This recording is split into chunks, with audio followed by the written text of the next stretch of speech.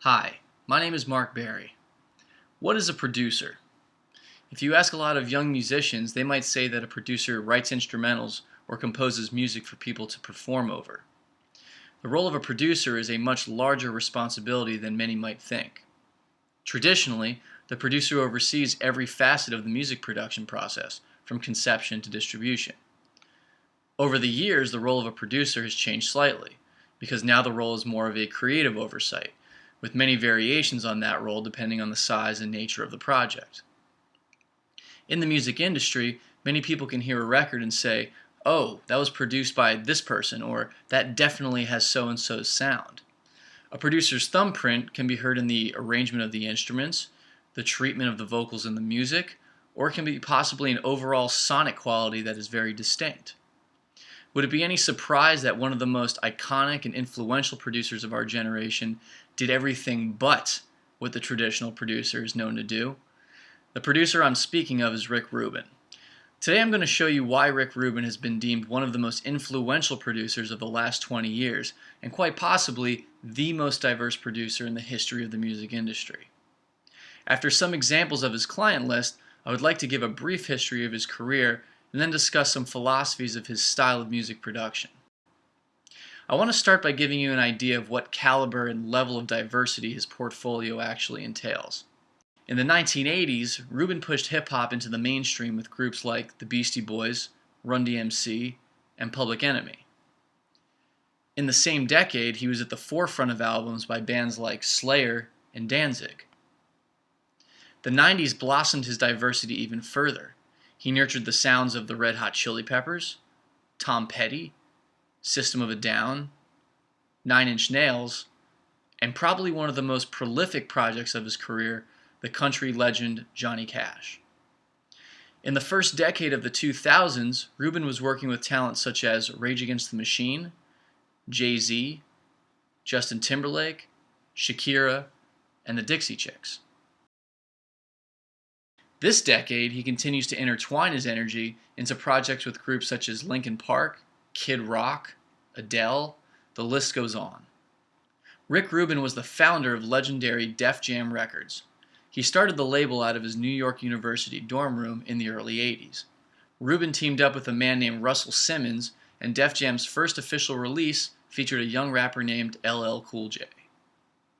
By the late 80s, Rubin had released milestone albums by artists such as Beastie Boys and Public Enemy. Rubin is in fact accredited with making hip-hop mainstream. After a disagreement between Rubin and Simmons involving a deal with CBS, they split as partners.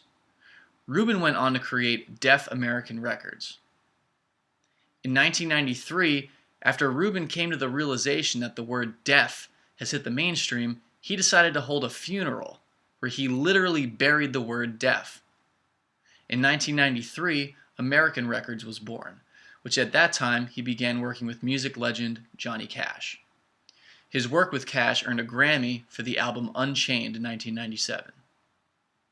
10 years later, 2007 marked a point in his already successful career, which he continues into the present day. He agreed to take a position as co-head of Columbia Records, which is now owned by Sony. Everything that I have heard and read about Rick Rubin is always accompanied with a statement about his unique approach that he has to the music production process.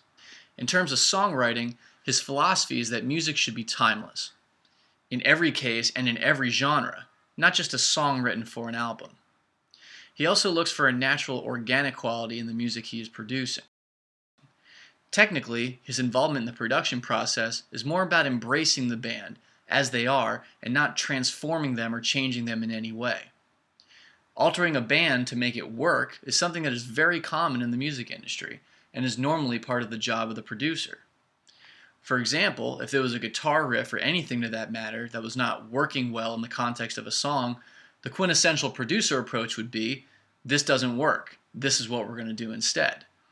Rubin, on the other hand, would ask the band, "How can we fix this?" Being hands-off, so to speak, has inspired so many great entertainers to work with him, leading Rubin to what I think might be one of the most unique and profound positions in the music industry. Rubin was hired by Columbia Records not to make business decisions in the traditional sense, but to make business decisions in what you could consider to be the most practical way a major record label should be judging all of their important decisions.